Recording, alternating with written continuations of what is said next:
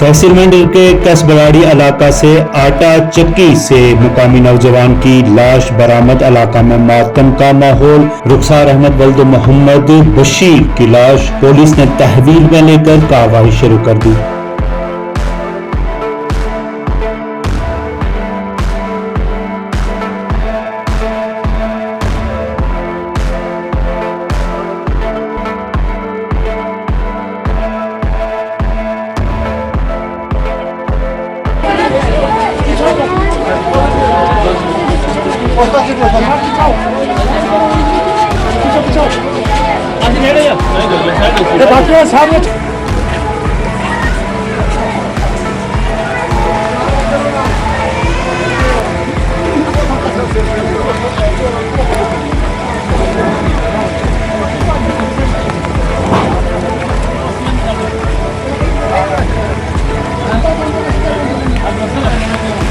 अच्छा भी बचा है, ज़रूरत नहीं है हमारी। बुराड़ी का नंबरदार था तो वहाँ पर बच्चे ने अपने ही घर में एक रस्सी डाली थी तो गले में थी। और जब हम पहुँचे वहाँ पर इसकी माँ और बहनें थी और उन्होंने भी कहा कि रस्सी डाली थी, हमने काट लिया। आगे जो है वो कार्रवाई पुलिस स्टेशन में राज हैं जो पुलिस चल रही है तहकीकात। उससे जो पता लगा मुझे तो पुलिस तहकीकात कर रही है, क्या निकलता है क्या नहीं बात इतनी है।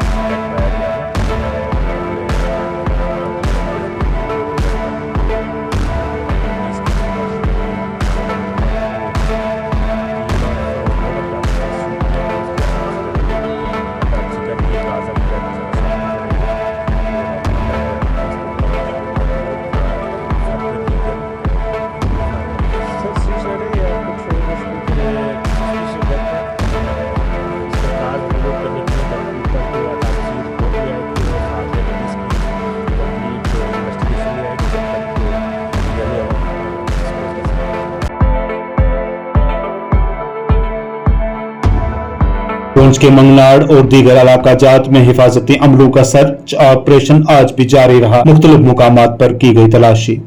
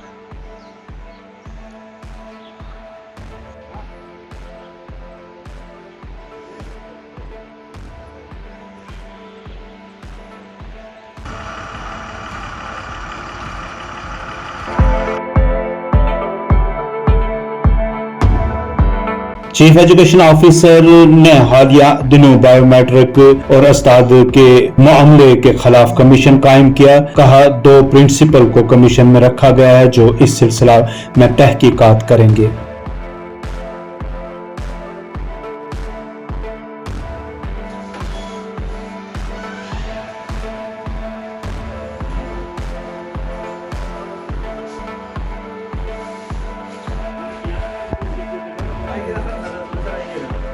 जेडी साहब ने जल्दी करने में शादी में जाना चाहिए।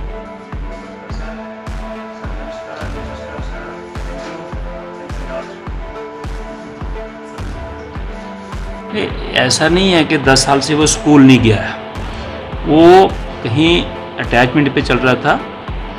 जो हमने देखा वो ये था कि मतलब अटैचमेंट मीन के रेशनलाइजेशन से वो कहीं वो बैठा था कहीं किसी दूसरे स्कूल में। तो हमने पिछली अप्रैल को जब मैं यहाँ पोस्टेड हुआ तो हमने ऑर्डर किए थे कि अपने ओरिजिनल पोस्टिंग पे, फिर वो वापस चला गया।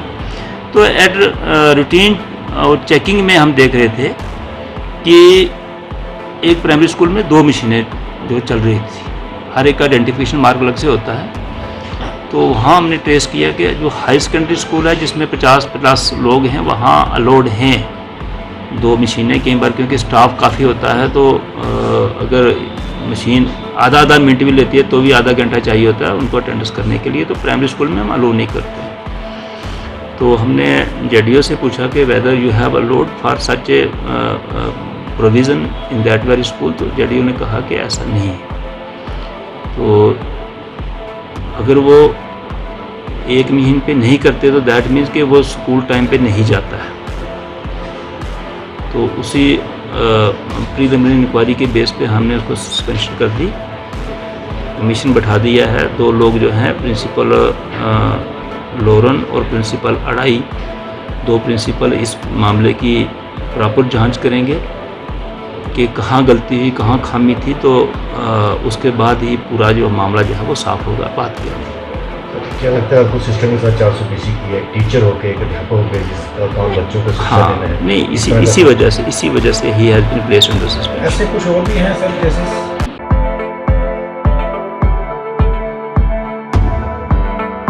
XENREW की कुर्सी खाली, ठेकेदार बरहम, आला हुकाम से कार्रवाई का क्या मुतालबा?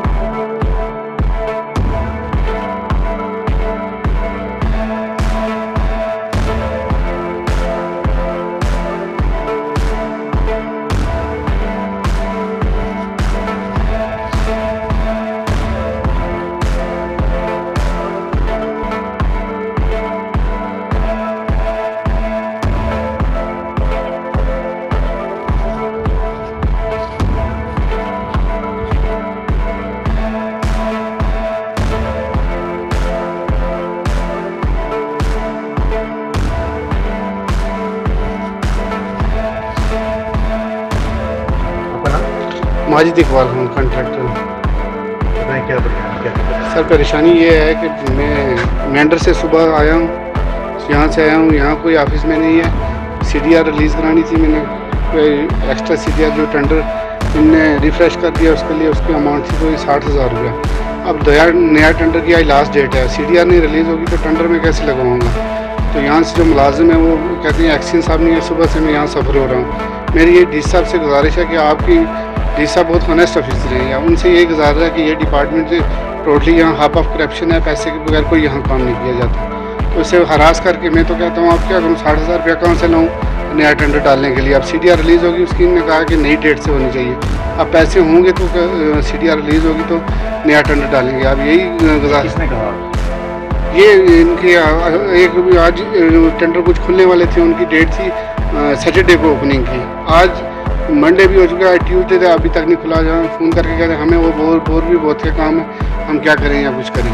तो ये जो CDR इन लिखा हुआ है कि पहले CDR जो है नए जब NIT लगती है उसी डेट से नया टेंडर शुरू होगा। तो पहले एक टेंडर डाला था वो उसकी बिल नहीं बनी, वो रिफ़्रेश किया इनने। आज CDR रिलीज़ कराने के लिए आया तो आज लास्ट डेट है टेंडर की। तो अभी एक्शन साहब नहीं है, तो सुबह से मैं आया हूँ इस वक्त तक यहाँ से, मेंढर से आया हूँ। तो सुबह से मैं आया हूँ इस वक्त तक यहाँ से, मेंढर से आया हूँ। अब मैं कब CDR रिलीज़ करूँगा और मैं यही CDR बनाऊँगा, फिर टेंडर जाऊँगा। यही डी साहब से गुजारिश है कि ये डिपार्टमेंट जो है हमारे एक्शन अब जो डिवीजन अलग मेंटर अलग हो चुका है, यहाँ का चार्ज भी जो REW का मेंटर एक्शन को दिया जाए, हमें सफर ना होना पड़े। प्लीज़ ये रिक्वेस्ट है डी साहब से।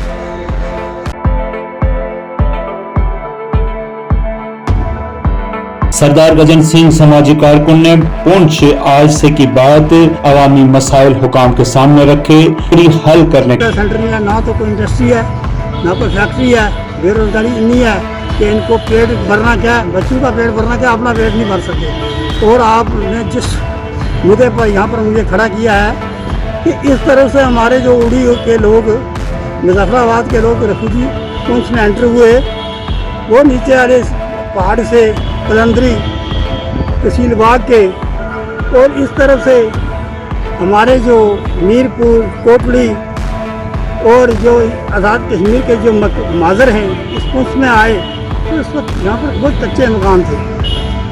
और मैंने लोगों के जो बरामदा था उसमें इन्होंने रातें गुजारी, और मिट्टी के जो फर्श था उस पर इन्होंने रातें गुजारी और लेटे। बच्चे पालने तो दूर रहे, ये अपनी रोजी भी भूखे रहे। और वो एक शेर बेटा यहाँ पर ये ब्रिगेडियर प्रीतम सिंह आया, तो उसने इनकी रक्षा भी की, और आर्मी ने 2 दिन व्रत रखा, और इन लोगों को आर्मी ने व्रत रखा, इन लोगों को पेट भरने के लिए अपना पेट काट के आर्मी ने राशन दिया और इनकी जो खिदमत की। हम ब्रिगेडियर प्रीतम सिंह का एहसान नहीं चुका सकते।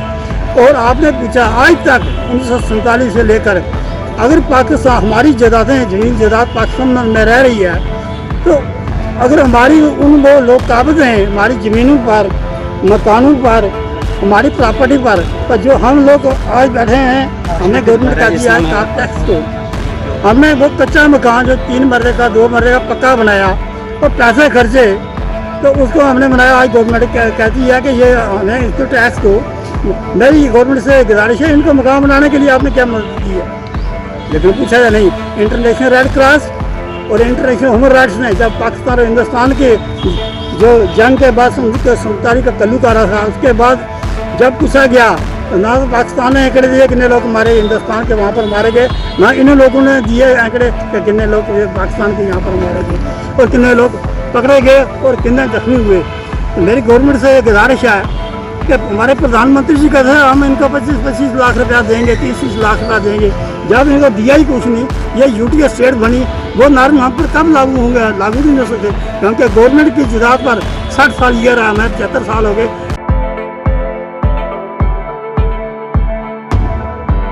एडवोकेट भानु प्रताप समाजी कारकुन ने छड़ी यात्रा पुंछ में तातील का ऐलान करने की हुकाम से की अपील।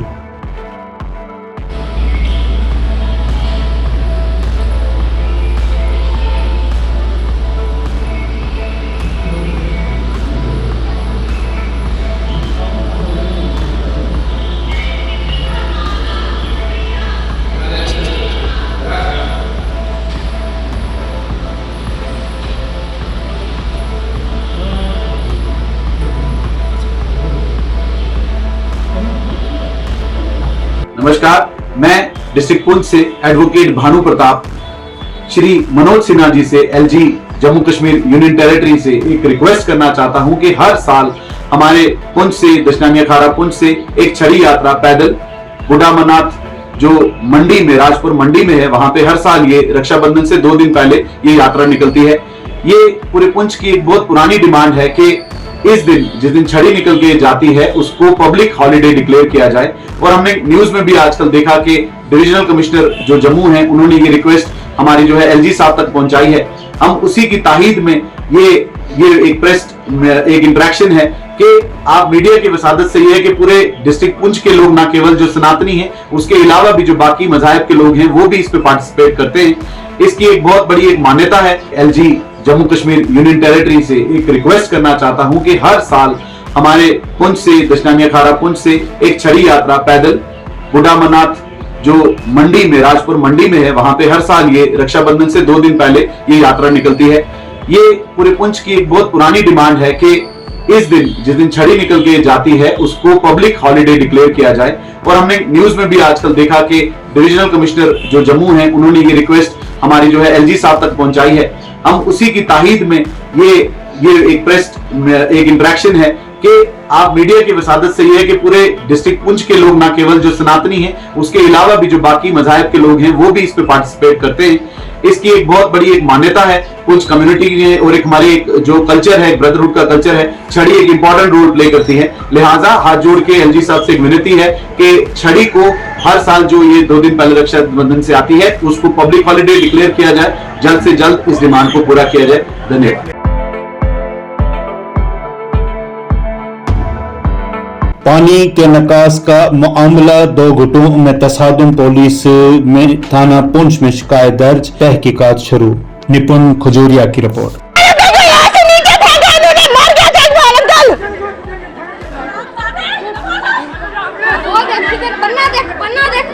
पूरी भेजो।